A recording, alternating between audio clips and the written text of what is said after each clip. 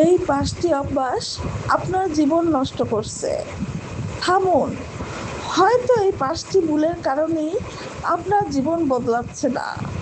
মূল কথা, প্রথম, সবসময় অন্যের সঙ্গে নিজের তুলনা করা।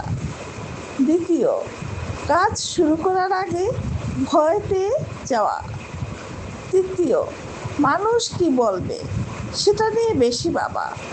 চতুর্থ, সময়কে অবহেলা করা।